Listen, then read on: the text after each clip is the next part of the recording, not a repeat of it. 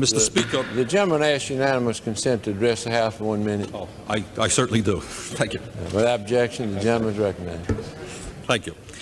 Mr. Speaker, based on 4 public hearings that I've held in the state of Vermont, and based on the mail and the telephone calls that my office is receiving, it is my belief that the people of Vermont are overwhelmingly convinced that the crisis in the Persian Gulf can be resolved in a nonviolent manner through the continuation of strong economic sanctions against Iraq, sanctions which are rapidly destroying the Iraqi economy and Saddam Hussein's war-making capabilities.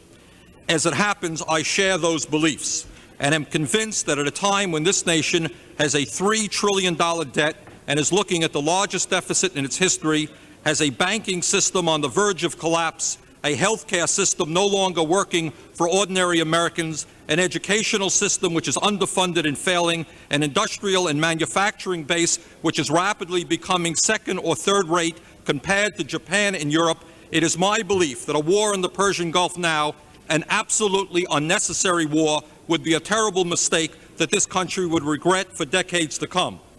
Mr. Speaker, one of the concerns that I have had throughout this entire discussion is that the President has refused to be straightforward with the American people and answer some of the tough questions that millions of Americans are asking. Later this afternoon in 5-minute remarks, I hope to raise some of those questions, questions relating to potential casualties, the potential cost of such a war, and the nature of our relationship with such feudalistic dictatorships as Saudi Arabia and Kuwait. Thank you. The gentleman has expired. The gentleman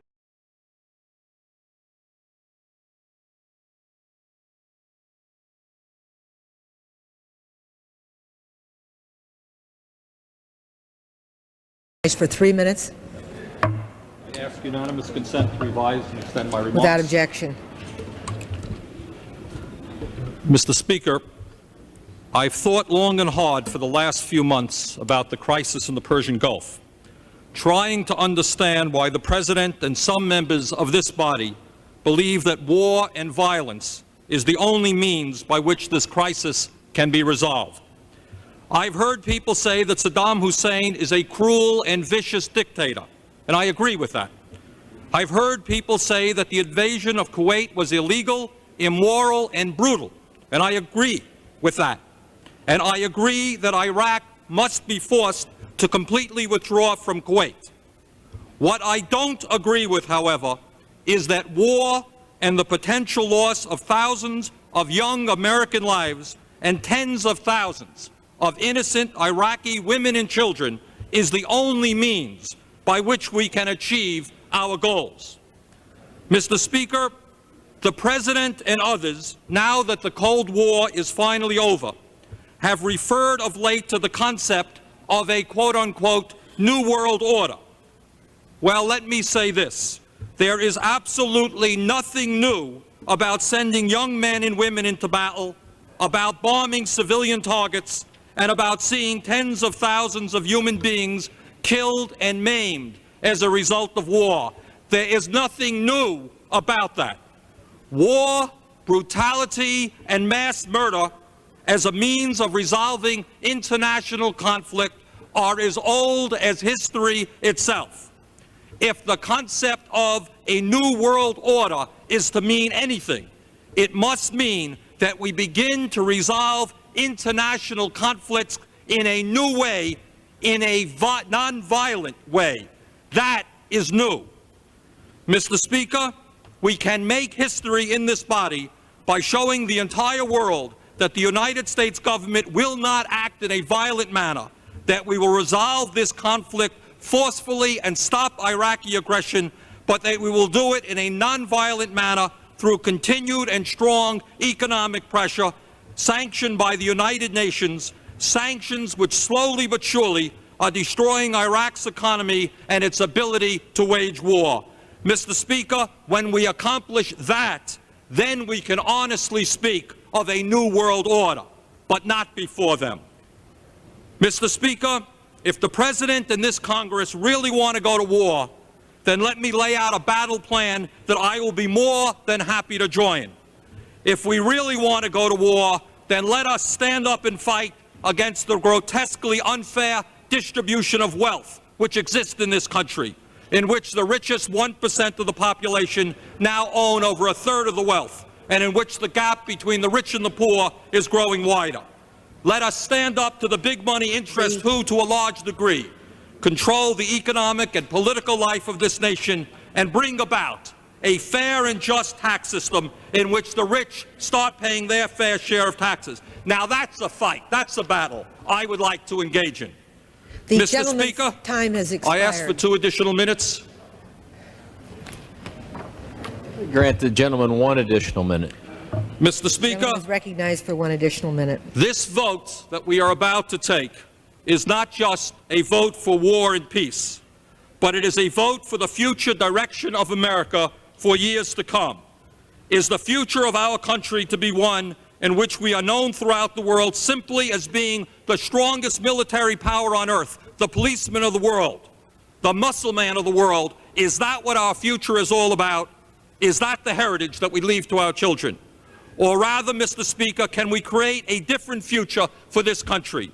A future in which this nation leads the world in the quality of our healthcare system, the quality of our educational system, the quality of our housing and our general standard of living, the quality of our respect for the environment, and the quality of the culture which we produce.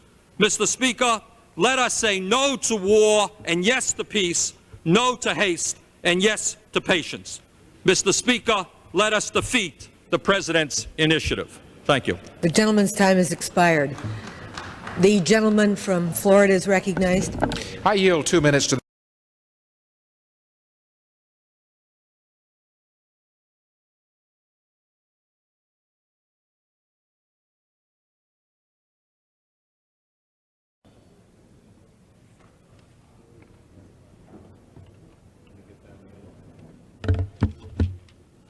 Thank you, Mr. Speaker, and I ask permission to revise and extend my remarks. Without objection, so ordered. Thank you. Mr. Speaker, I wish I had something profound to say today, and I don't. But today is January 15th, and it's a somber day and a day of concern for millions of Americans and hundreds of millions of people throughout this planet, so I think it's maybe right that I share a little bit of my views. Let me begin by saying that I think we all agree in this body and throughout this country and throughout virtually the entire world that Saddam Hussein is an evil person, and what he has done in Kuwait has been illegal, immoral, and brutal. It seems to me, however, that the challenge of our time is not simply to begin a war which will result in the deaths of tens and tens of thousands of people, young Americans, innocent women and children in Iraq, but the real challenge of our time is to see how you can stop aggression, how you can stop evil in a new way, in a nonviolent way. And if ever there has been a time in the history of the world when the entire world is united against one small country, this is that time. And it seems to me a terrible failing and very ominous for the future if we cannot resolve this crisis, if we cannot defeat Saddam Hussein in a nonviolent way. If we are not successful now, then I think all that this world has to look forward to in the future for our children is war and more war and more war. There is an enormous responsibility on President Bush's shoulders, and to a large degree this body, the United States Congress, has for the last 5 months abdicated its responsibility.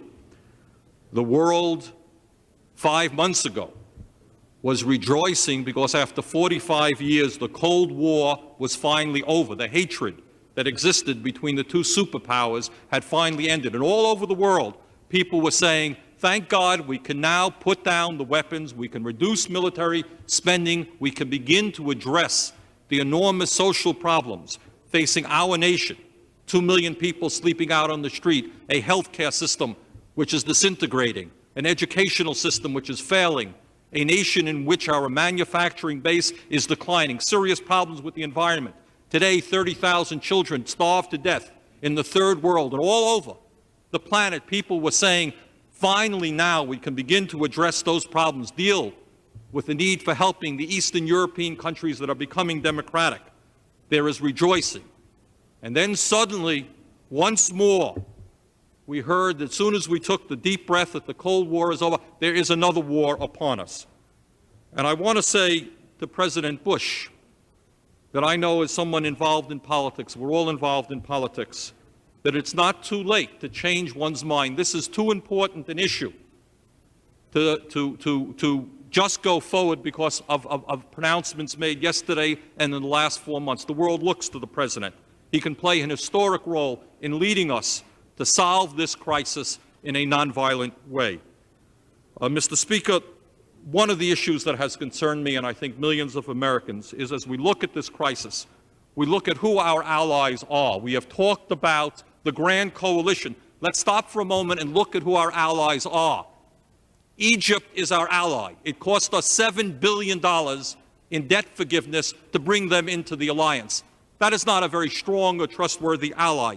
Saudi Arabia is our ally. Saudi Arabia is a feudalistic monarchy.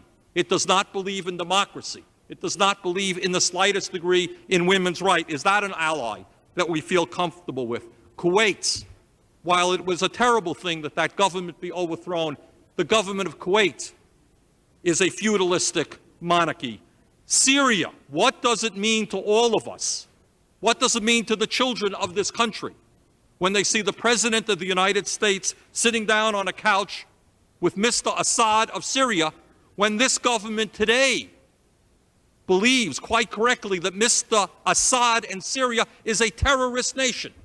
Are those the allies that we're proud of? How do we explain to the fourth grade children in this country that where 6 months ago Syria was regarded as a terrorist nation, today it is our ally?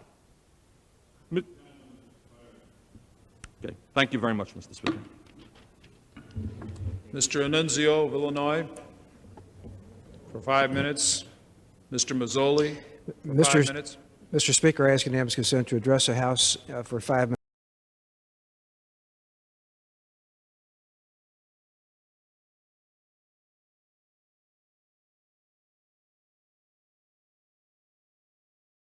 Mr. Sanders of Vermont. I ask for unanimous consent to address the body for 5 minutes. Without objection. Mr. Speaker, we should make no mistake about it. Today is a tragic day for humanity, for the people of Iraq, for the people of the United States, and for the United Nations as an institution. It is also a tragic day for the future of our planet and for the children, 30,000 of whom in the third world will starve to death today while we spend billions to wage this war, and 25% of whom live in poverty in our own country because we apparently lack the funds to provide them a minimal standard of living.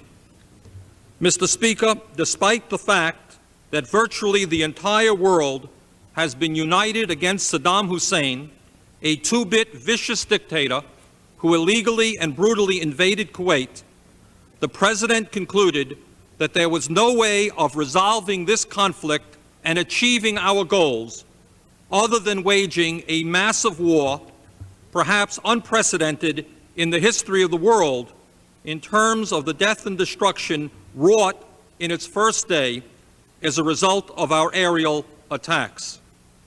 I disagree with that assessment.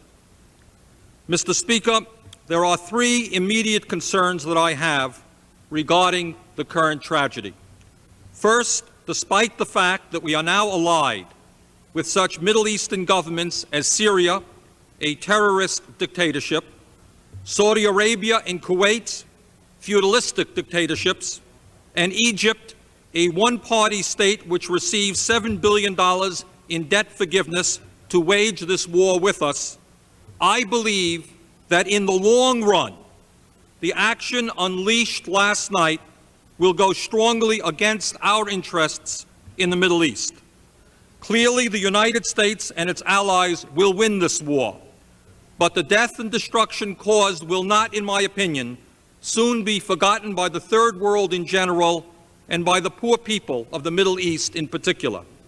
I fear very much that what we said yesterday is that war and the enormous destructive power of our armed forces is our preferred manner for dealing with the very complicated and terrible crises in the Middle East. I fear that someday we will regret that decision, and that we are in fact laying the groundwork for more and more wars in that region in years to come. Secondly, Mr. Speaker, while there is no question in my mind that the United States government and its allies will win this war, I am not at all sure that the people of our country, especially the working people, the poor people, and the elderly, will win. The 2 million homeless people in our country sleeping out on the sidewalks and under the bridges are not going to win this war. There will be no money available to house them. The tens of millions of Americans who cannot afford health care today are not going to win this war. There will be no money available for their needs. The family farmers in Vermont who are today being driven off of their land are not going to win this war, nor will the children or the elderly, who in all probability will see cutbacks in their Social Security and their Medicare checks in order to fund it.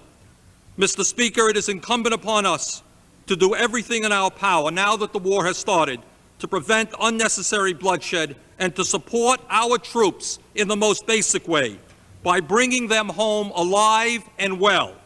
I urge my fellow members to ask the President to stop the bombing immediately and request that the Secretary General of the United Nations go to Iraq to begin immediate negotiations for the withdrawal of Iraq from Kuwait and the cessation of the war. Let us do everything in our power to stop unnecessary bloodshed. Thank you. The gentleman's time has expired. Under a previous order of the House, the following members recognized for 5 minutes: Mr. Gonzalez of Texas, Mr. Annunzio from Illinois, Mr. Gray from Pennsylvania.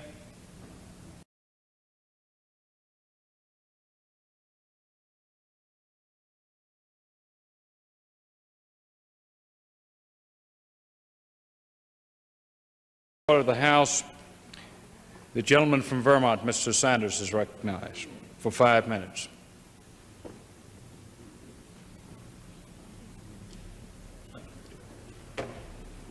I ask unanimous consent to revise and extend my reading. Without objection, so ordered. Thank you. Mr. Speaker, as I stand in the well of the House today, I think about the members of the United States Congress who in 1917 voted to take this country into World War I, a war which, it was said, would end all wars, but in reality accomplished nothing but the loss of millions of lives and perhaps accelerated the rise of Adolf Hitler. Mr. Speaker, today I think back upon the abdication of responsibility of the United States Congress during the Vietnam War and the Gulf of Tonkin resolution, passed unanimously by this House, but later regretted by many who supported it for the rest of their lives. Mr. Speaker, I rise today in strong support of the men and women of the United States Armed Forces who are, at this moment, putting their lives on the line in the Persian Gulf, and who have already performed with great courage and ability under fire. I rise today to condemn Saddam Hussein, the vicious dictator of Iraq, for his brutal invasion of Kuwait and for his bombing of Israel, and to demand Iraq's immediate withdrawal from Kuwait. I rise today to tell you that I voted against the resolution before us because I cannot indicate support for a president whose policies in the Persian Gulf are, to my mind, absolutely wrong and could lead to terrible loss of life for our young men and our young women, as well as for the people of the entire region. A policy which leads to unnecessary loss of life for young Americans and to terrible suffering for their families is not, to my mind, supporting our troops. Mr. Speaker, I fear that President Bush will interpret this resolution in the precise way that Lyndon Johnson interpreted the Gulf of Tonkin resolution, that is, in support of his policies in the Persian Gulf. Let us firmly support the young men and women in the Persian Gulf with all our hearts and all our abilities, but let us say no to the President's policy, which from the beginning of this crisis has been inadequate in attempting to resolve it in a nonviolent manner. Mr. Speaker, it is absolutely incomprehensible to me that with virtually every nation on earth united against Saddam Hussein, a two-bit dictator, that this crisis could not have been resolved without war.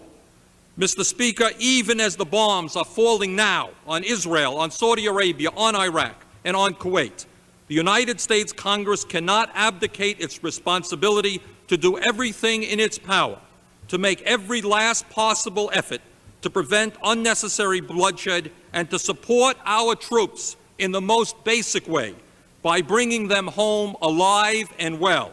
Let us ask the President to stop the bombing now, have the Secretary General of the United Nations go to Iraq immediately to negotiate a ceasefire and begin negotiations for the withdrawal of Iraq from Kuwait. Mr. Speaker, a few months ago, the entire world rejoiced that the Cold War had finally ended and that the hundreds and hundreds of billions of dollars being spent on bombs and tanks and missiles could finally be used to improve human life, not to destroy human life. Mr. Speaker, a major war in the Persian Gulf, costing us thousands of lives and tens of billions of dollars, could well be a disaster for the people of our country, especially the working people, the poor people, the elderly, and the children. I predict that this Congress will soon be asked for more money for guided missiles, but there will be no money available to house the homeless. I predict that this Congress will soon be asked for more money for tanks, but there will be no money or effort available to develop a national health care system guaranteeing health care for all of our people as exists in virtually every industrialized nation on earth. I predict that this Congress will soon be asked for more money for bombs, but there will be no money available to reindustrialize our nation so that our working people can have decent-paying jobs. There will be no money available for education and for our children, 25% of whom live in poverty. There will be no money available for the environment or to help the family farmer, many of whom are being forced off the land today in my state of Vermont and throughout the country. Mr. Speaker, I predict that in order to pay for this war, there will be more cutbacks in Medicare for the elderly and even an effort to cut back on Social Security payments. Mr. Speaker, I voted no on this resolution because this Congress cannot continue to abdicate its responsibility to the President. Rather, we must day after day do everything in our power to stop the violence and find a peaceful resolution